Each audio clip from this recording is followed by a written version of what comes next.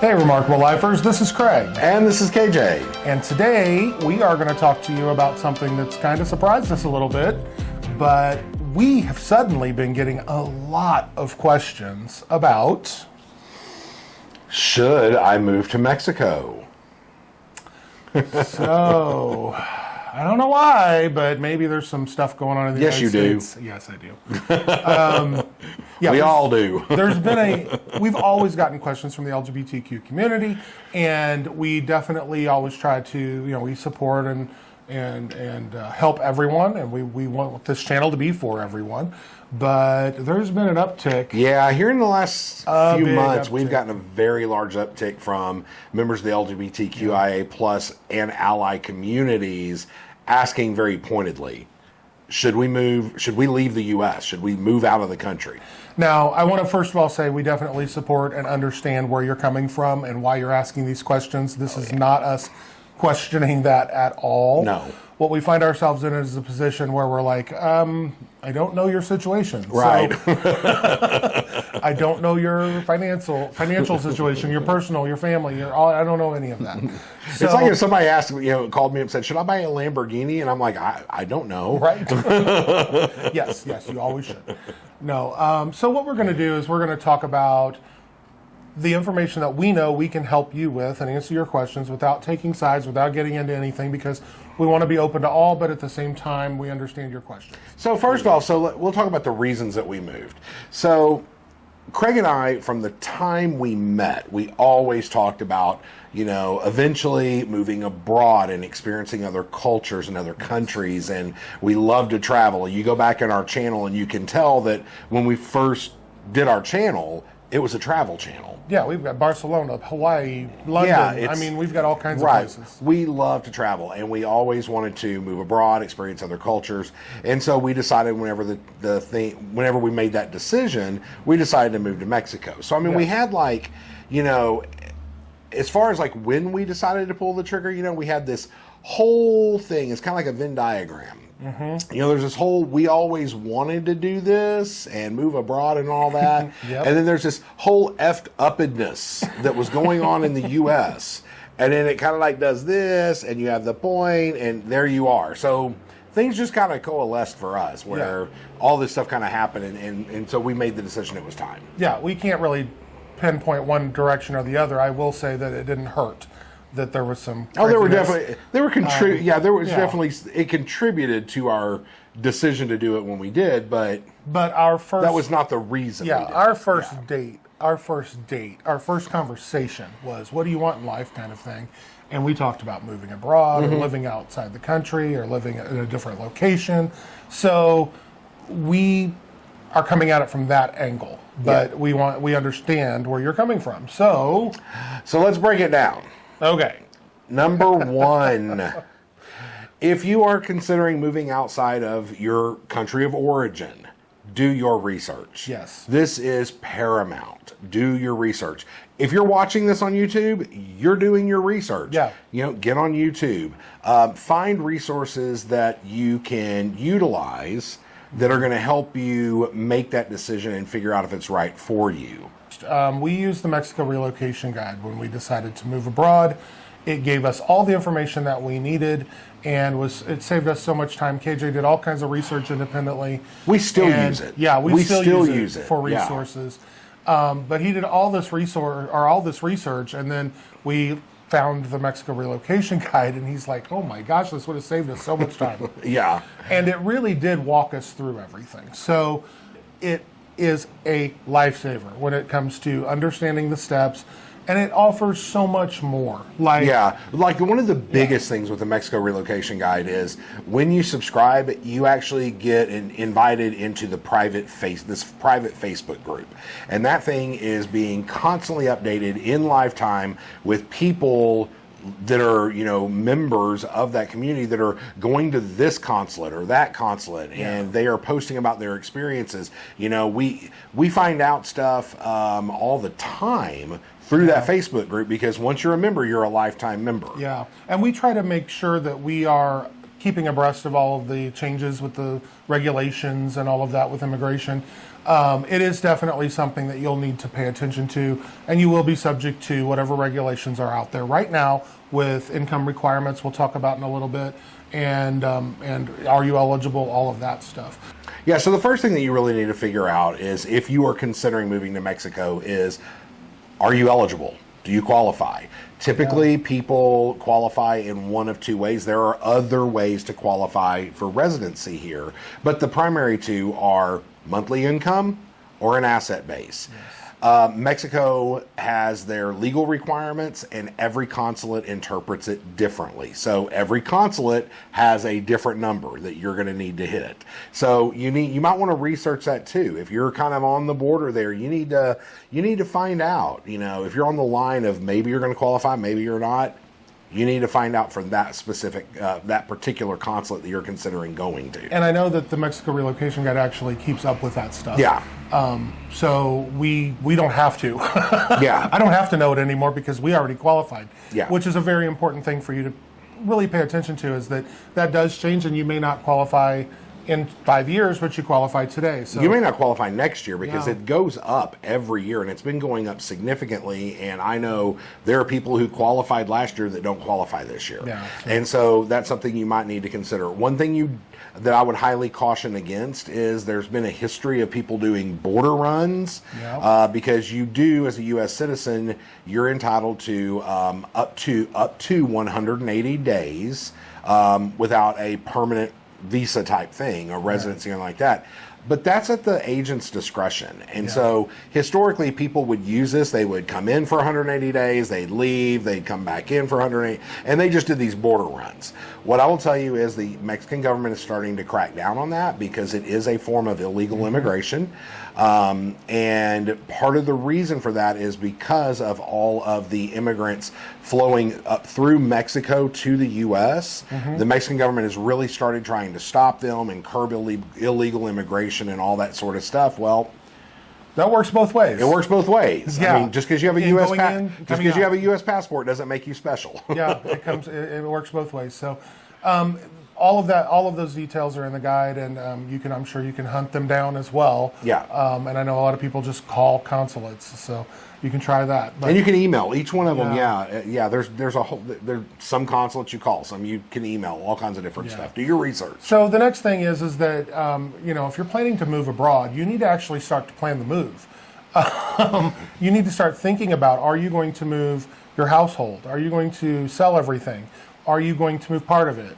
Is it just you? Are you married? Family? All of that stuff. So you need to consider all of that when you're making that decision and when you visit the consulate, so that you can do it all at once. It's actually kind of important to make sure that you know what you're doing. That in and of itself isn't a make or break for going to the consulate. You can do that before you figure it out. Yeah. But I just encourage you to start thinking that through. Yeah, exactly. Makes a difference in the cost for moving, how you're going to move, how you're going to transport things. It's all part of the plan. Yeah. Yeah.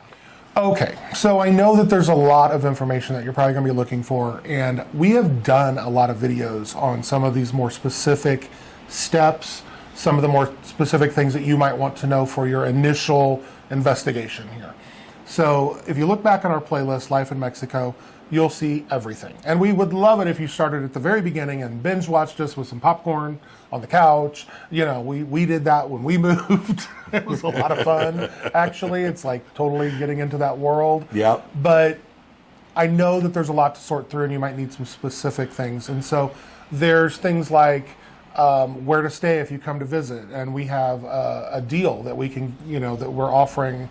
So in Ajijic. Yeah, in Ajijic. If you check out in the description below, there's a 20% off discount code and instructions on how to use that. Yes. So make sure you go to the description and do that. That link will be there. We also have worked with Steve Cross, a realtor here in town. He is part of the LGBTQ community, and we trust him. He's been here 16 years, knows everything to know about this town. Yeah, and he's phenomenal. There's actually videos where we talk to him. He's actually going to be in another video that we're going to be posting upcoming soon. Right. Yeah, so reach out to him. He does only do sales. Yeah. So if you're looking for a rental real estate agent, we actually don't even have a recommendation for anybody right now that does that. So what I would recommend is get on Facebook and find some of the groups. This place is run by Facebook. Yeah. If you're considering Ahiheek, you got to be on Facebook. Look up the Ahiheek groups and follow them. Use the keywords Ahiheek, Lake Rental. Chapala, rental, and you can also use keywords like gringo, because there's some of the groups have gringo in it. Make your choices on how to look through those and take them.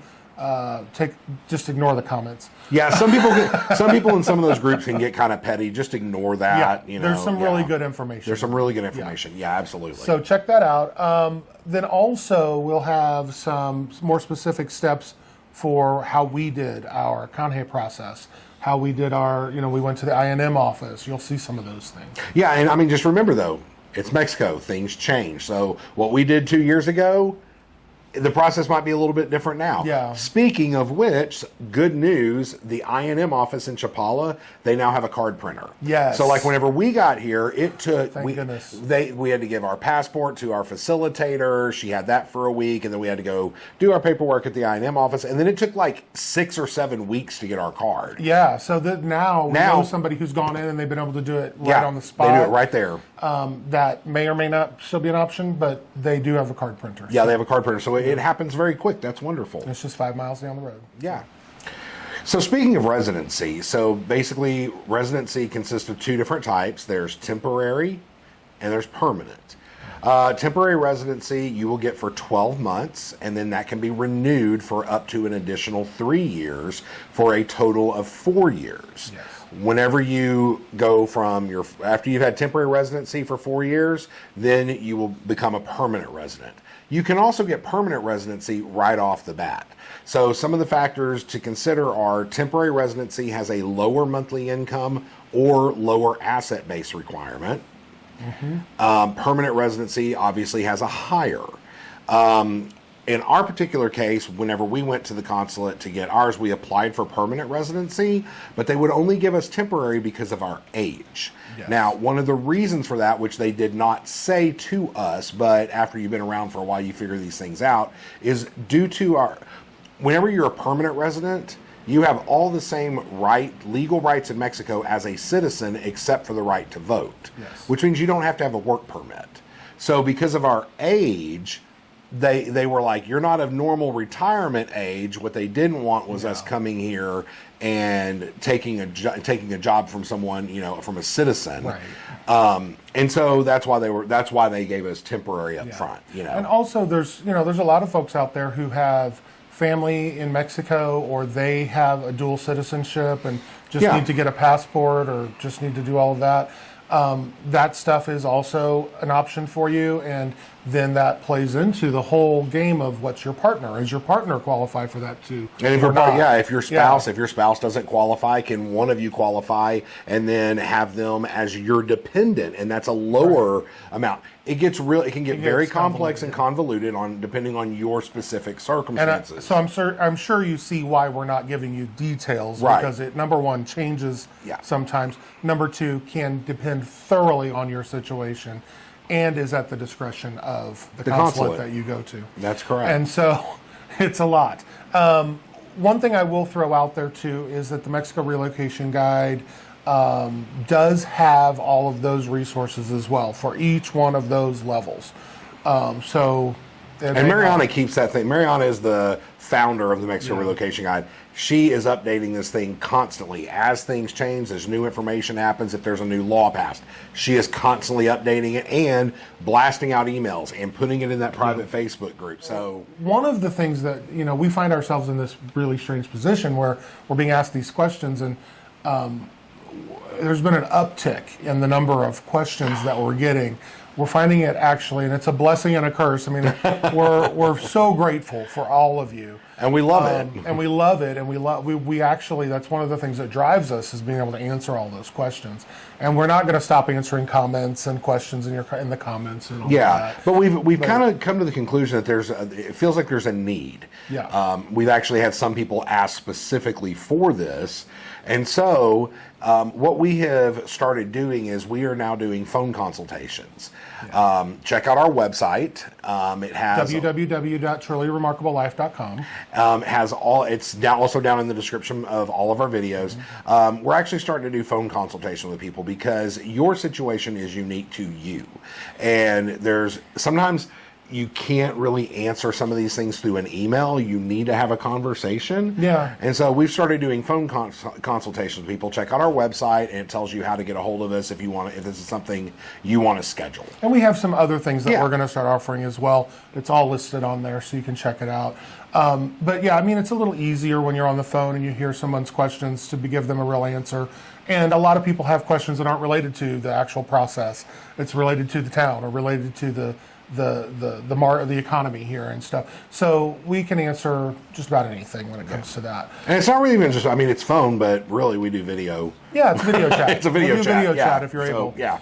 If you have more questions or would like us to expand on some of that stuff, we hope you guys will reach out to us so we can plan something to do a phone consultation, make it more specific to you. Yeah, and if you're considering a phone consultation, get all your questions together, and that way we can hit it and, go through your questions and all that sort of stuff. Using the time wisely. Yeah, use the time wisely. Or, we can, if you want, we can just sit there and eat popcorn and have coffee together. Right. It's fine too. Yeah, it's your call. It's your time. That's the thing. So the other thing is that the Mexico Relocation Guide is in there. It is an affiliate link, so please use that affiliate link for us. It does help us a little bit, so just fair warning on that. We hear you, members of our community. Yes. We hear you. We understand. We completely understand your concerns, and they're valid, and these are just facts. So, with that being said, I mean, the answer to the question, should I move to Mexico? Well, that's you. That's you. I mean, you're the only one who can make that decision. We can tell you about our experiences and our knowledge and maybe help and see if that helps you make your decision. But as always, our advice is that if you haven't already, go find your truly remarkable life. Thanks so much. Check out that description below. Yes, check out the description below. Take care, everybody. Bye. Every change has a reason.